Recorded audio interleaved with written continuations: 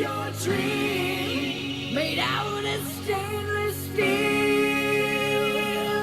Live your dream. Hello, my name is Johnzdelorean. I was an engineer who loved cars. I lived a pretty amazing life, and I'm going to share some of those stories with you. Enjoy.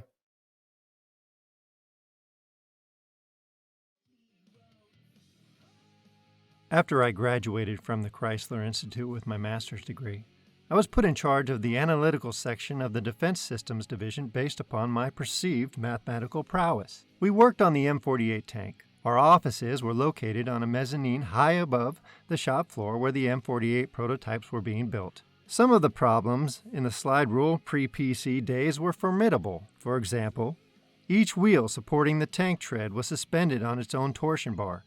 To calculate the loading, the pitch, and jaunts frequencies and various reactions was difficult. The 120mm cannon on the turret was suspended in place by an oil-filled hydromatic accumulator called the equilibrator. As the tank went over certain kinds of terrain, the cannon, or equilibrator unit, went into a form of resonance, with the vertical amplitude of the cannon increasing at each cycle until the pressure blew up the equilibrator cylinder and the gun barrel stuck in the ground.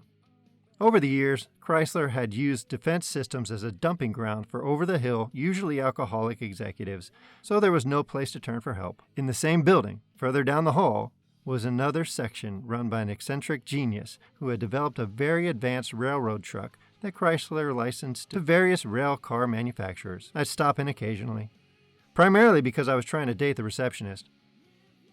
In the process, I met their mathematician, Fred Timpner. When he heard our problem, his natural mathematician curiosity wouldn't let him stop. He soon found the mistakes in my equations and assumptions. The tank was saved. Frank later worked for me at Pontiac. The mechanics who worked on the M48 shop floor were all supermen. A typical open end wrench to tighten a 10-pound tank nut weighed 60 pounds. The mechanics were big, husky guys with their coverall sleeves cut off to display their massive arms. At that time, I played a lot of golf, so I kept mashing a rubber grip exerciser in my hand to strengthen my grip.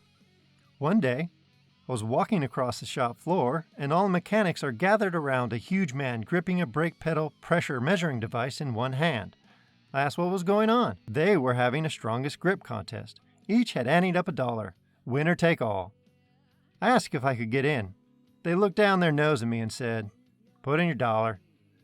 To that point, the strongest grip registered 96 pounds on the pressure pad. When it was my turn, needle went up to 130 pounds. I picked up my money and without a word climbed the stairway up to my mezzanine. The mechanics stood around talking, their machismo bruised. Then finally, one came up the mezzanine and said they thought something was wrong and they wanted to do it again. I said, "Okay, but $2 ahead this time." I went back downstairs, and after 6 or 8 of them had tried, it was my turn. They watched me from every angle. Guys on their knees, guys behind me, to each side. Again, I gave it a squeeze.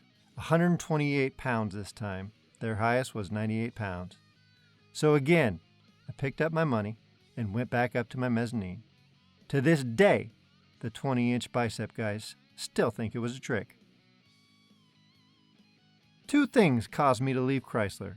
First, I met a colonel in the tank corps who'd started talking about kills and killing prowess, describing various scenes of carnage. I had always looked at my defense section work as problem solving, not killing.